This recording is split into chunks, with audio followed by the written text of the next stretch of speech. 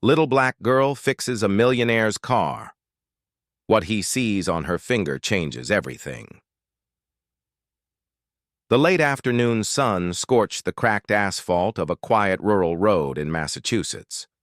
Heat shimmered like waves, and the faint hum of cicadas filled the air. A 10-year-old girl named Maya Johnson walked home from school, her backpack almost as big as her. Her braids bounced with every step, and the words, "MIT Future Engineer," were printed on her oversized T-shirt, a gift from her uncle Leon, who ran the local repair shop. Just ahead, a red Shelby GT500 Mustang sat on the roadside with its hood up like a gaping mouth. Standing beside it was a tall white man in a sharp gray suit, tapping his gold watch impatiently as he argued on his phone. "I don't care what it costs, just get the tow truck here. I've got a meeting with the governor in 3 hours. The man, Andrew Whitaker, CEO of Whitaker Enterprises, was known across Boston's business world as a ruthless deal-maker. But today, on this back road, he looked helpless. Maya hesitated. Her aunt's voice echoed in her head. "Never talk to strangers, baby, especially rich ones in fancy cars." But something about the man's frustration tugged at her.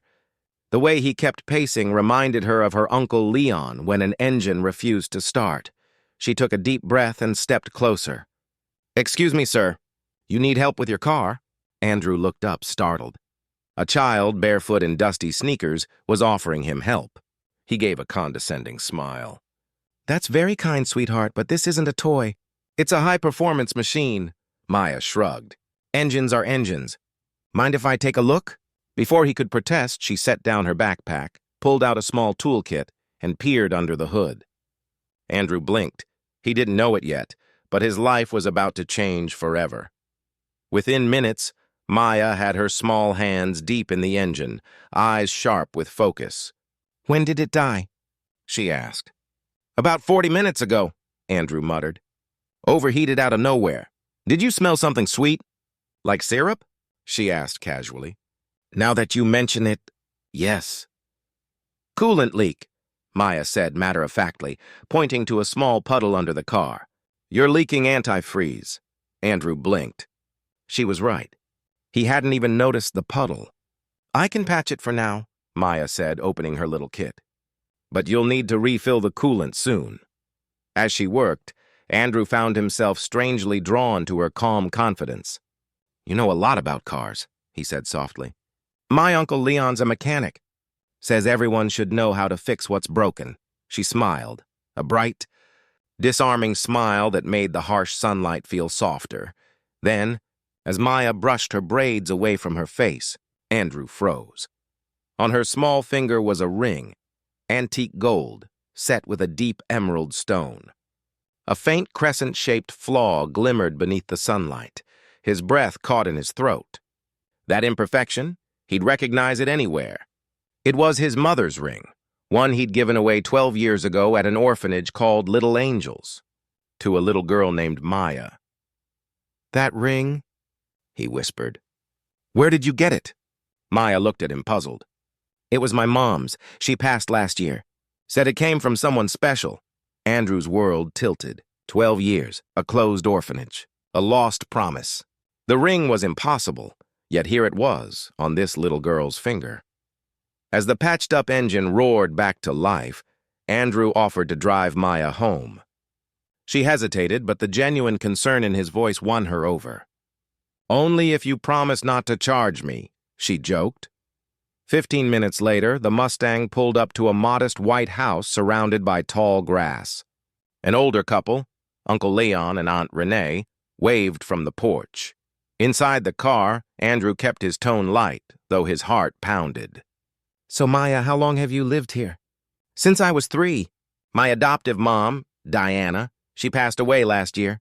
Uncle Leon and Aunt Renee take care of me now." "Diana Johnson," he repeated slowly. "Was she ever a nurse?" "Yeah. She worked at a place called Little Angels Orphanage before it closed." Andrew gripped the wheel tighter.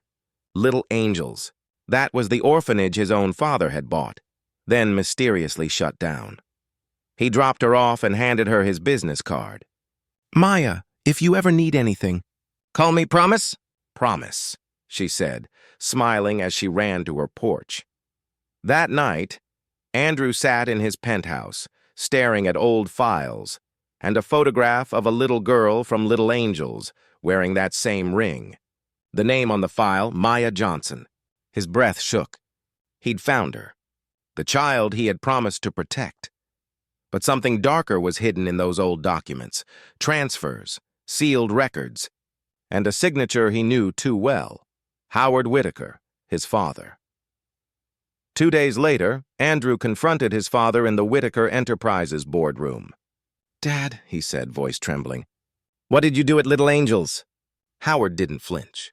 "I did what was necessary. Those children were assets. Some of them showed remarkable cognitive patterns. That girl, Maya, was one of them." "You exploited children?" Andrew's voice broke. "Don't be naive, son. You think innovation comes from luck? It comes from control." Meanwhile, in the small house on Maple Road, Maya's aunt and uncle sat her down. "Sweetheart," Aunt Renee began softly, "there's something you should know. Your mother, she didn't just adopt you. She rescued you. From that orphanage." Maya's eyes widened. "Rescued me? From what?" "From the Whitakers," Leon said grimly. "They wanted to use you and others for their experiments. You were different, special." That night, Maya found an old envelope hidden in her mother's toolbox. Inside was a letter. "My dearest Maya, if you're reading this, someone has found you. The truth is dangerous, but it must be known. The ring you wear holds a secret, one that can bring the truth to light. Your mother, Diana." Maya held the ring up to the light. The emerald glowed, and she saw a tiny latch she had never noticed before. She twisted it. Inside was a microchip, small and gleaming. At that same moment, Andrew's phone rang, his investigator's voice urgent. "Sir, that girl, Maya, she's in danger. Your father sent men to find her." Andrew's heart dropped. He grabbed his keys. "Not this time. He's not taking her again." The Whitaker boardroom was flooded with morning light when Howard stormed in, flanked by security. But Andrew was already there, standing beside Maya, her uncle Leon, and a woman from the federal prosecutor's office. "Dad," Andrew said evenly, "it's over." He turned to Maya, who stepped forward and held up the ring. "My mom hid this," she said clearly.